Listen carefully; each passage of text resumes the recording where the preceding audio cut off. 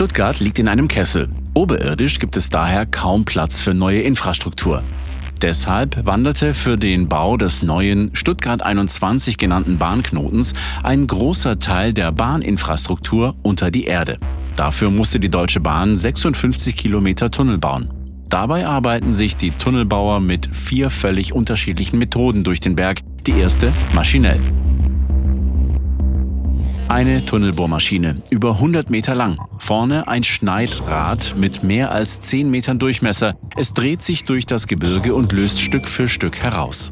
Das gelöste Material wird direkt dahinter über Förderbänder abtransportiert und gleichzeitig entsteht der Tunnel selbst. Ring für Ring werden vorgefertigte Betonelemente eingesetzt, sogenannte Tübbinge. Der Vortrieb läuft rund um die Uhr. Die Bauweise eignet sich vor allem dort, wo der Untergrund gleichmäßig ist und lange Strecken in einem Zug gebaut werden können. Zum Beispiel beim Fildertunnel mit seinen beiden jeweils rund 9 Kilometer langen Röhren. Doch diese Methode eignet sich nicht überall, denn jeder Tunnel stellt andere Anforderungen. Hier entsteht der Tunnel nicht kontinuierlich, sondern in einzelnen Abschnitten. An der Ortsbrust wird der Fels abgebohrt. In die Bohrlöcher wird Sprengstoff gefüllt. Dann folgt die Sprengung.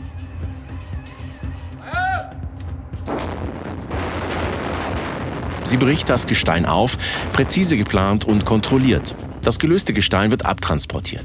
Der entstandene Hohlraum wird sofort gesichert mit Spritzbeton, Stahlgittern und Ankern, die tief im Fels verankert werden.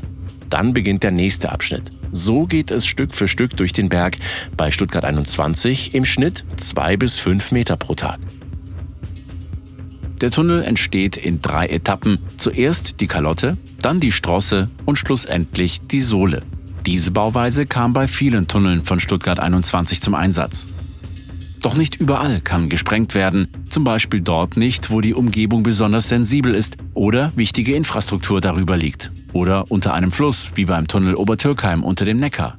In solchen Fällen wird das Gestein ohne Sprengung gelöst, mit Maschinen, die es schrittweise abtragen.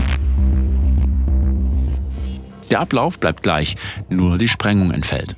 Diese Methode ist erschütterungsärmer, kontrollierter, aber auch etwas langsamer. Beim Bau der Stuttgart 21 Tunnel haben die Ingenieure und Mineure Sprengvortrieb und mechanischen Vortrieb oft abschnittsweise miteinander kombiniert. Manchmal ist die Überdeckung so gering, dass der Tunnel nicht unterirdisch vorgetrieben wird, sondern von oben gebaut wird. Hier entsteht der Tunnel in einer rechteckigen Baugrube, bei Stuttgart 21 vor allem in offener Tunnelbauweise.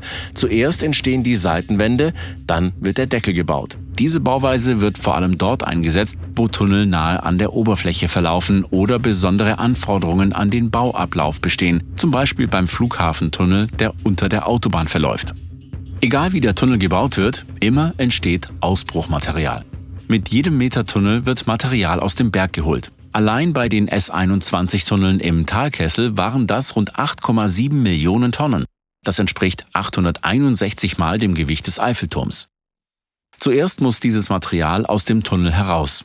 Beim maschinellen Vortrieb größtenteils über die Förderbänder. Beim Sprengvortrieb wird es Abschnitt für Abschnitt verladen. Bei offener Bauweise direkt aus der Baugrube. Würde man in der Innenstadt alles über die Straße abtransportieren, würde der Verkehr kollabieren. Die Lösung? Ein möglichst geschlossenes System an Baustraßen mit Gleisanschluss abseits der öffentlichen Straßen. Alles ist Teil eines abgestimmten Systems. Das klare Ziel? So wenig Belastung für die Stadt und ihre Einwohner wie möglich.